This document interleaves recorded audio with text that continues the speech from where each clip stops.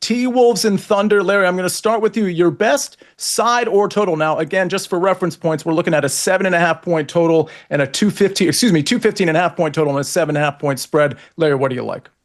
Yeah, 7.5 is a lot of points when you have two defensive teams and a relatively low total. The Timberwolves are 30-6 in the last 36 games that Julius Randle has suited up for. And if you go back and watch the two games they played in late February, those are the two most recent meetings. OKC wins one by 7. Minnesota comes back, wins the other in overtime. This is going to be a great game. It's going to be a tight game. I'll take the points. Yeah, I'll take the under on the 215 and a half. These two teams combined for at least 217 points in all four games they played during the regular season. This isn't the regular season. This is the playoffs. I think the Thunder are going to be a little bit emotionally gassed.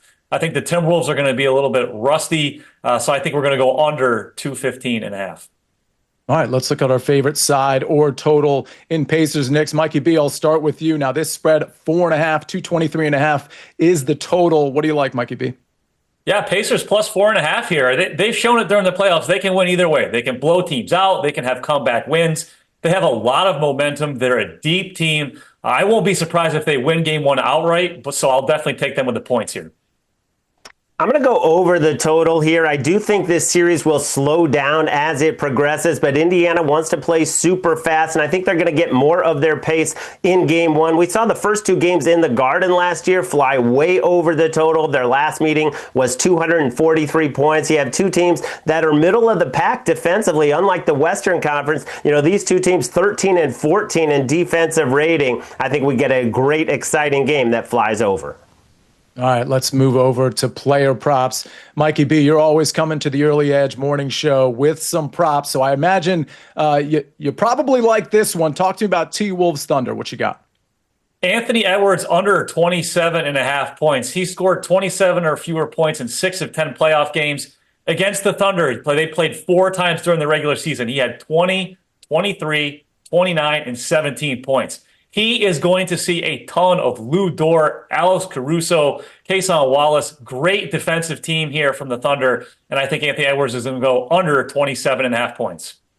Well, Mikey B, that plays well with my prop, which is Jaden McDaniels over 18.5 points and rebounds, coming back at minus 125 or minus 130. It is going to flip to 19.5, I do believe. He had 44 points and 23 rebounds in the last two matchups against these where these teams played. And he's a guy that's going to be on the floor for 40 minutes because he's such an elite defender and they need him out there. He has really thrived in this matchup. Anthony Edwards, Julius Randle, they're going to get the attention. I think Jaden McDaniels continues to do what he's done in the playoffs, and that is elevate his game. Another guy, Larry, that I think is underappreciated, underrated, especially in terms of how he fits and how he's going to contend against the Oklahoma City Thunder. I just feel like we talk a lot about Anthony Edwards, but there's so many unsung heroes on this Minnesota team, and it's about time we witness that. And that's why I kind of lean towards the plus money in Minnesota. But anyway, let's go to a player prop in Pacers Knicks. Larry, I'll start with you this time. This is sort of a narrative play, Obi Toppin against his former team, but he's gone over 7.5 points in all 5 meetings against the Knicks since they traded him to Indiana 2 summers ago. And Obi Toppin averaged a career high 10.5 points this season. I believe Indiana's bench, like Mikey said, is going to be key in this series. They're going to want to roll out their depth against the Knicks, who play such a thin rotation. Give me Obi Toppin to go over 7.5 points for the 6th straight time against New York. I'll stick with the big men and do Karl Anthony Towns over 11.5 rebounds. He averaged 12.7 rebounds in that series against the Celtics. They didn't have a great rebounding center, especially with Kristaps Porzingis battling an illness. The Pacers do not have a great rebounding center in Miles Turner. He only averaged 6.5 rebounds per game during the regular season, and that contributed to the Pacers allowing the 9th most rebounds per game in the league during the regular season. Towns is going to play a lot. I think he's going to have a big series on the boards here and go over 11.5 rebounds in game one.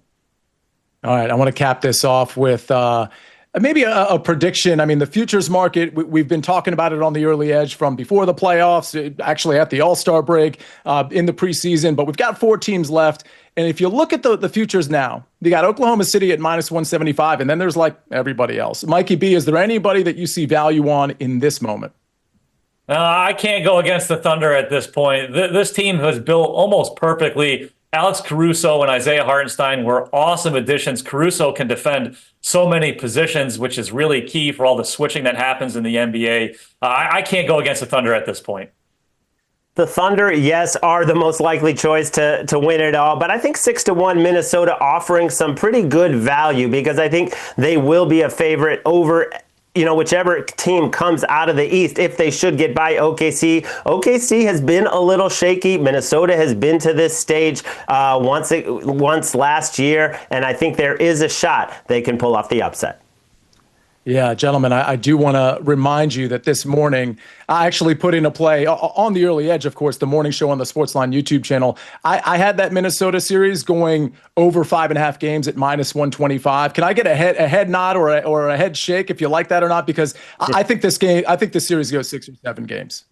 Looks like we got approval from Mikey B and Larry Hartstein. Of course, thank you, by the way. Larry and Mikey B, we're going to see you, I'm sure, throughout the week on the Early Edge. Appreciate you joining the show. But I do want to remind everybody that the Early Edge, every single morning from Monday through Friday at 10 o'clock in the morning, we've got the Early Edge for you. So make sure you tune into that on the SportsLine YouTube channel. Otherwise, we're hoping you have a great Monday. See you next time on the Early Edge.